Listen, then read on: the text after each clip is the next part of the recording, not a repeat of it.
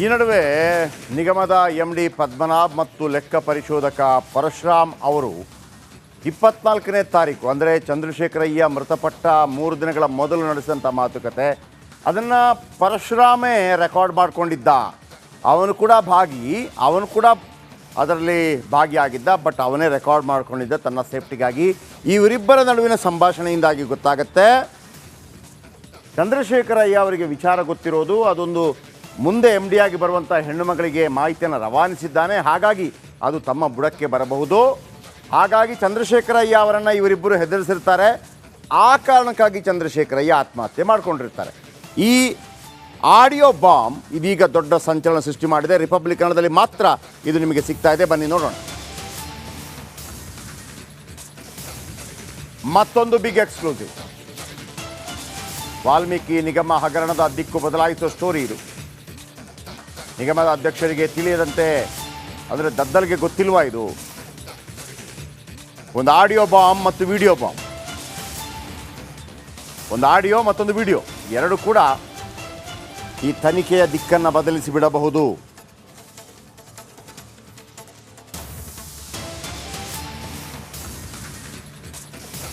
ವಾಲ್ಮೀಕಿ ಹಗರಣದ ವಿಡಿಯೋ ಮತ್ತು ಆಡಿಯೋ ರಿಪಬ್ಲಿಕ್ಗೆ ಲಭ್ಯ. MD ಅಕೌಂಟೆಂಟ್ ನಡುವೆ ನಡೆದಿದೆ ಎನ್ನಲಾದ ಸಭೆ. ಚಂದ್ರಶೇಖರ್ ಸಾವಿಗೂ 2 ದಿನ ಮುಂಚೆ ಇಬ್ಬರ ಸಭೆ ನಡೆಯುತ್ತೆ.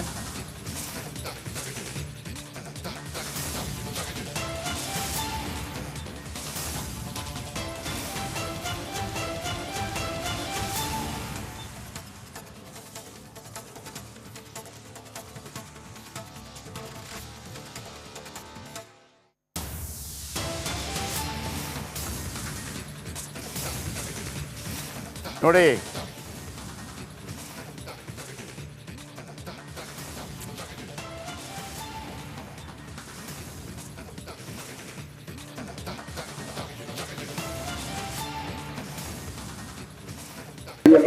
ಚಂದ್ರಶೇಖರ್ ಎಲ್ಲವನ್ನೂ ಸ್ಟೇಟ್ಮೆಂಟ್ ತರಿಸೋನು 31 ಮಾರ್ಚ್ ಇದನ್ನೇ ತರಿಸಿಲ್ಲ.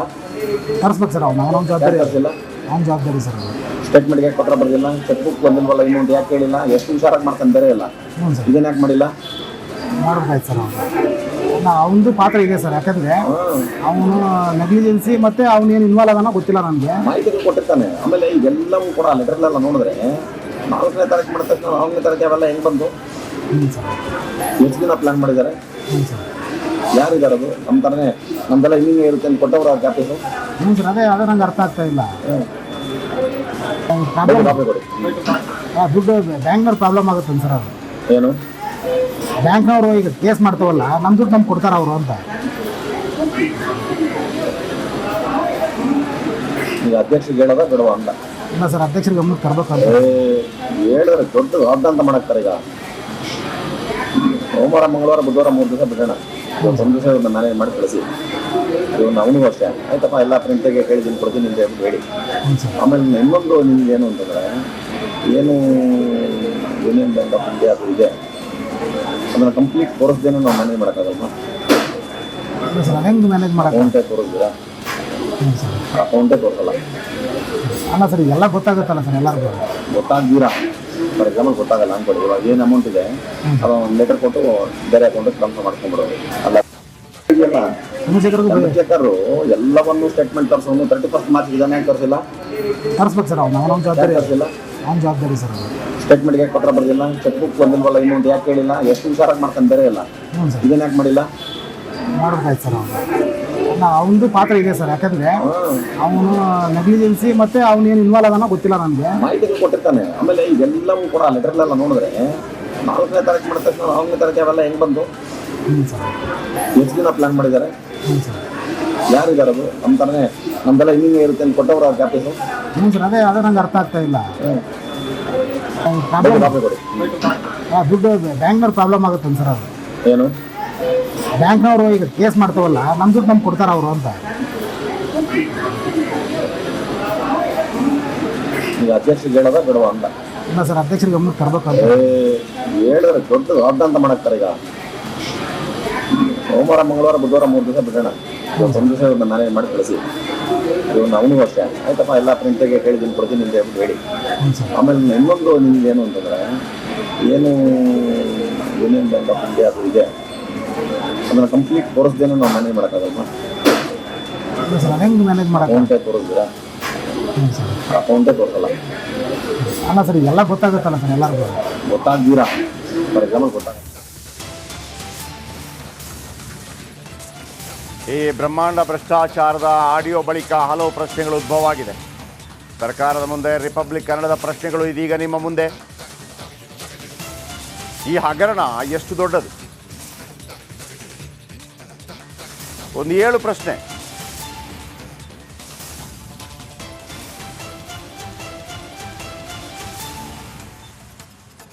ಹತ್ತು ಪ್ರಶ್ನೆ. ವಾಲ್ಮೀಕಿ ನಿಗಮದ ಭ್ರಷ್ಟಾಚಾರ ಸರ್ಕಾರಕ್ಕೆ ಮೊದಲೇ ತಿಳಿದಿತ್ತ? ಅಂದರೆ ಅಧಿಕಾರಿಗಳು ಇದರ ಬಗ್ಗೆ ಮಾತಾಡ್ತಾರೆ ಅಂತಂದರೆ, ಪದ್ಮನಾಭ್ ಮತ್ತು ಪರಶುರಾಮ್ ಇದರ ಬಗ್ಗೆ ಮಾತಾಡ್ತಾರೆ ಅಂತಂದರೆ ಮೊದಲೇ ತಿಳಿದಿತ್ತು. ಮೊದಲೇ ತಿಳಿದಿದ್ದರೆ ಚಂದ್ರಶೇಖರಯ್ಯ ಆತ್ಮಹತ್ಯೆ ಮಾಡ್ಕೋತಾ ಇರಲಿಲ್ಲ. ನಂಬರ್ 1. ನಂಬರ್ 2, 100 ಕೋಟಿ ಭ್ರಷ್ಟಾಚಾರ ಗೊತ್ತಿದ್ರು ಯಾವುದೇ ಕ್ರಮ ಕೈಗೊಳ್ಳಲಿಲ್ಲ ಚಂದ್ರಶೇಖರಯ್ಯ ಅವರ ಆತ್ಮಹತ್ಯೆ ಆಗೋ ತನಕ. ಆಗಿದ್ರೆ ಒಂದು ಮಾಹಿತಿಗಳು ಕೂಡ ಸರ್ಕಾರಕ್ಕೆ ಗೊತ್ತಾಗಲಿಲ್ವಾ? ಆಮೇಲೆ ಹಗರಣ ಮುಚ್ಚಿ ಹಾಕಲು ನಡೆದಿತ್ತ ಡೀಲ್, ಹೇಗಾದರೂ ಮಾಡಿ ಮುಚ್ಚಿ ಹಾಕಬೇಕು ಅಂತೇಳಿ ಹೋಟೆಲ್ನಲ್ಲಿ ಖುಲ್ಲಾ ಹಣದ ಮಾತುಕತೆ ನಡೆಯುತ್ತೆ. ಈ ವಿಡಿಯೋ SIT ಬಳಿ ಇದೆಯಾ ಇಲ್ವಾ ಗೊತ್ತಿಲ್ಲ, ಆದರೆ SITಗೆ ಬಹಳ ದೊಡ್ಡ ಮಟ್ಟದಲ್ಲಿ ಇದು ಸಹಕಾರಿಯಾಗತ್ತೆ.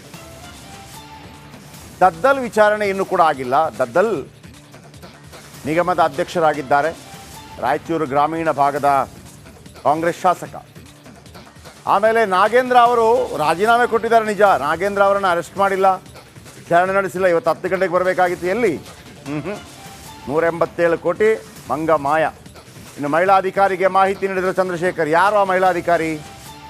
ಆಕೆಗೇನು ಇಷ್ಟು ಇಂಟ್ರೆಸ್ಟು ಈ MD ಪೋಸ್ಟ್ ಮೇಲೆ? MD ಪೋಸ್ಟ್ ಮೇಲೆ ಯಾಕೆ ಬಂದರು? ಸಮಾಜ ಸೇವೆಗಾಗಿನಾ? ಅಲ್ಲ, ದುಡ್ಡು ಸಿಗತ್ತೆ, ದುಡ್ಡಿದೆ, ಪದ್ಮನಾಭ ಒಬ್ಬ ಯಾಕೆ ಮಾಡೋದು, ನಾನು ಮಾಡ್ಕೋತೀನಿ ಬಾಚ್ಕೋತೀನಿ ಅಂತೇಳಿ ಅಲ್ವಾ? ಆಮೇಲೆ ಪದ್ಮನಾಭ್ ಚಂದ್ರಶೇಖರ್ ಮೇಲೆ ಒತ್ತಡ ಹಾಕಿದ್ದು ನಿಜ ಆದರೆ ಪದ್ಮನಾಭ್ ಕೊಲೆ ಮಾಡ್ದಂಗೆ. ಪದ್ಮನಾಭ್ MD ಒತ್ತಡ ಹಾಕಿದರೆ ಚಂದ್ರಶೇಖರ್ ಮೇಲೆ, ಚಂದ್ರಶೇಖರ್ ಆ ಒತ್ತಡಕ್ಕೇನಾದರೂ ಸತ್ತೋಗಿದ್ರೆ, ಸುಸೈಡ್ ಮಾಡ್ಕೊಂಡಿದ್ರೆ ಕೊಲೆ ಆರೋಪ ಬರುತ್ತೆ ಪದ್ಮನಾಭ್ ಮೇಲೆ ಕೊಲೆ ಆರೋಪ. ಅದೇ ಭಯದಲ್ಲಿ ಆತ್ಮಹತ್ಯೆ ಮಾಡಿಕೊಂಡ್ರ ಚಂದ್ರಶೇಖರ್. ಮಾದೇಶ್ ಇದರ ಬಗ್ಗೆ ಇನ್ನಷ್ಟು ಹೆಚ್ಚಿನ ಮಾಹಿತಿ ಕೊಡ್ತಾರೆ. ಮಾದೇಶ್, ಈಗ ಸ್ಫೋಟಗೊಂಡಂಥ ಸುದ್ದಿಗಳು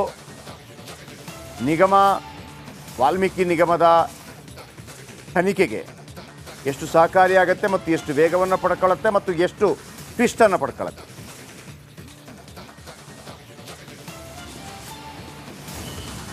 ಜಯಪ್ರಕಾಶ್, ಈಗಾಗಲೇ ಈ ಒಂದು ಪ್ರಕರಣಕ್ಕೆ ಸಂಬಂಧಪಟ್ಟಂತೆ ಖಾಸಗಿ ಹೋಟೆಲ್ಗಳಲ್ಲಿ ಇವರೆಲ್ಲರೂ ಕೂಡ ಮೀಟಿಂಗ್ ಮಾಡಿದ್ರು ಅನ್ನೋಂಥ ಒಂದಷ್ಟು ವಿಚಾರ ಈಗಾಗಲೇ SIT ಅಧಿಕಾರಿಗಳಿಗೂ ಗೊತ್ತಿತ್ತು.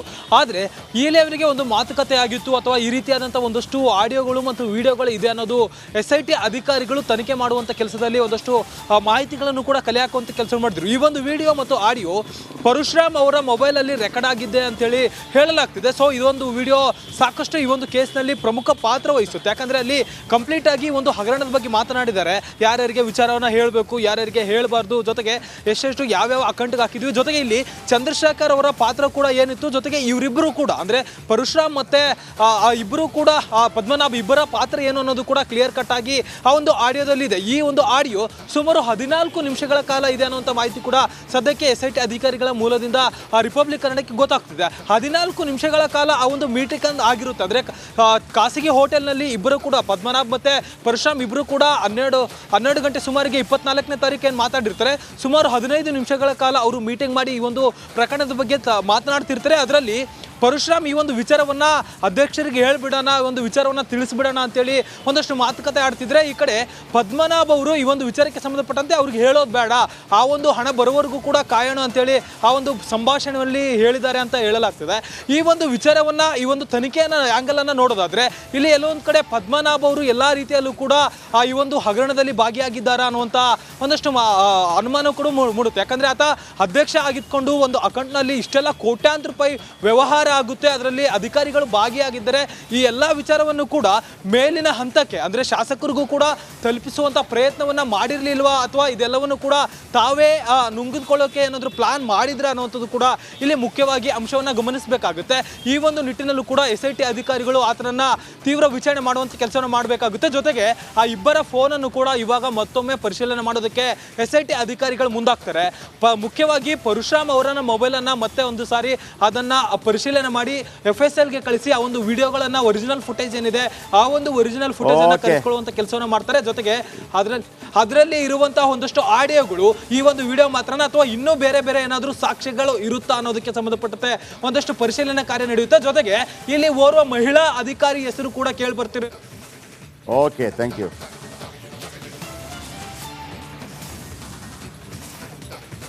ಇಡೀ ಪ್ರಕರಣದ ಕೇಂದ್ರ ಬಿಂದು ಅಂದ್ರೆ ಈ ಪ್ರಕರಣ ಬೆಳಕಿಗೆ ಬಂದದ್ದು ಶಿವಮೊಗ್ಗದಲ್ಲಿ ಅಧಿಕಾರಿ ಚಂದ್ರಶೇಖರನ್ ಆತ್ಮಹತ್ಯೆಯಿಂದ. ಯಾತಕ್ಕೋಸ್ಕರ ಚಂದ್ರಶೇಖರನ್ ಆತ್ಮಹತ್ಯೆ ಮಾಡಿಕೊಂಡ್ರು ಅನ್ನೋಂಥದ್ದು ಈಗ ಆ ಕಾರಣ ಬಯಲಾಗ್ತಾ ಇದೆ.